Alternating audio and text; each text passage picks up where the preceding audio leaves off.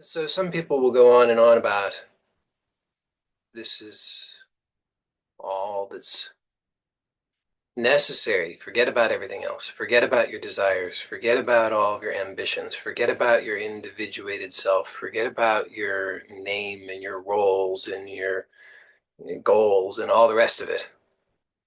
If you can manage that, great.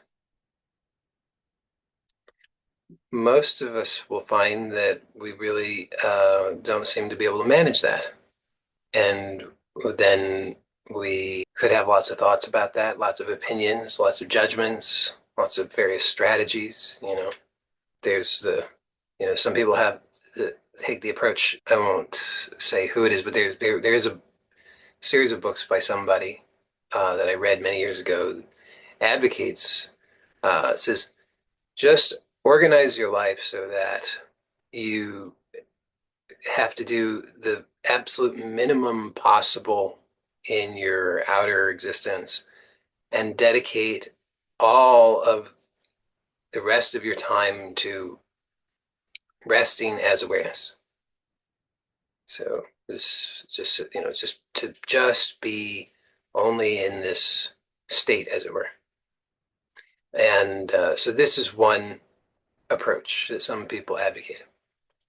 So from their point of view, there's a true self and a false self. So the true self is that eternal being, and then the false self is anything else. The appearance of an individuated self, the appearance of attachment or identification with the body, with a personality.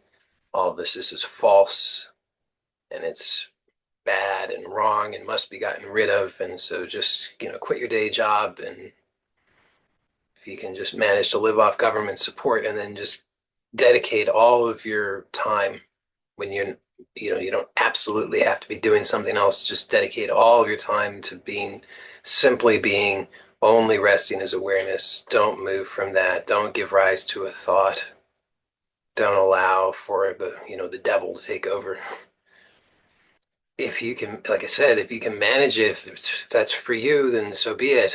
And great. I mean, who could argue with that? I mean, it's pure bliss. There's no problem. But then there's the rest of us who don't seem to be able to manage that just yet. So what are we to do?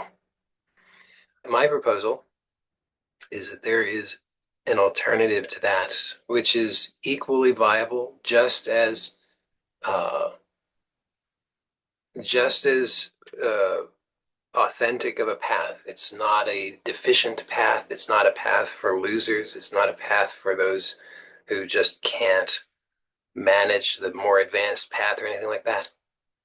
It's a perfectly legitimate path that also offers the same benefits and, in fact, some others.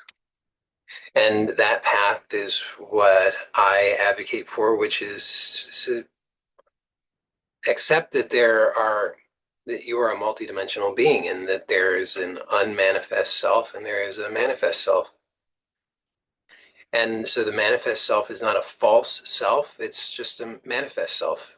It's not it we can recognize it for what it is. It's subject to change. That's the nature of it.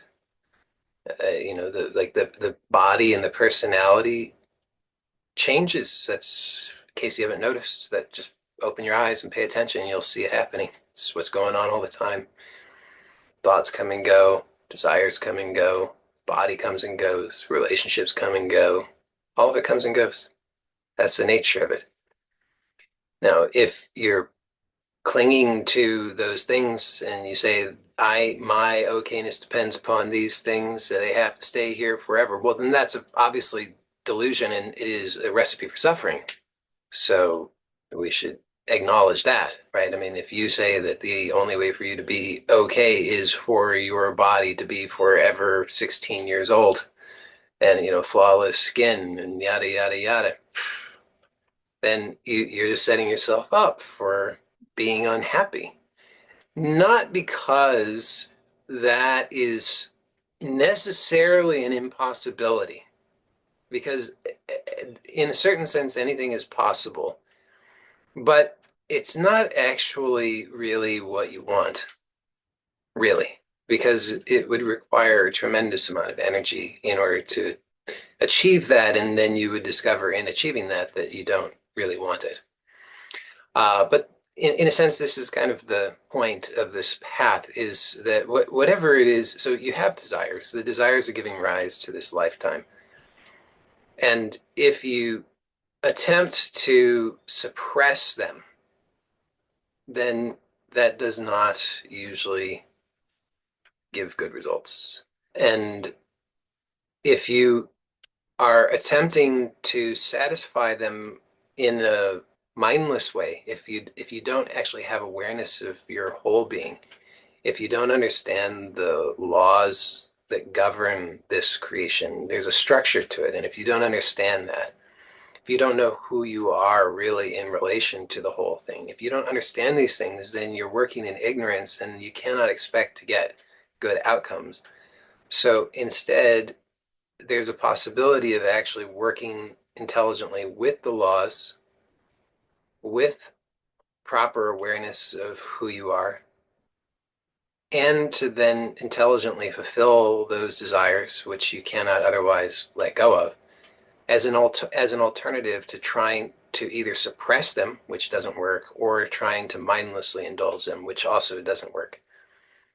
So what I'm advocating for, or proposing, or presenting, or offering, or suggesting is that you can get very good results, very complete results, results that give you real satisfaction, not just temporary fulfillment, but longer term satisfaction that comes from the real recognition of an awareness of who you are, the true self-knowledge at all levels, not just at one level, by working at all levels of your being, not just one.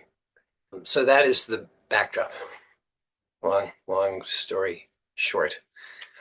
It's not bad or wrong to have desires. It's just that, I mean, that's the nature of this experience. You're here because of desire. The whole experience is, it arises because of desire. So we don't have to make that bad or wrong. We just want to understand it for what it is and work with it intelligently. And it's totally okay and appropriate and can even be useful for you to fulfill some desires.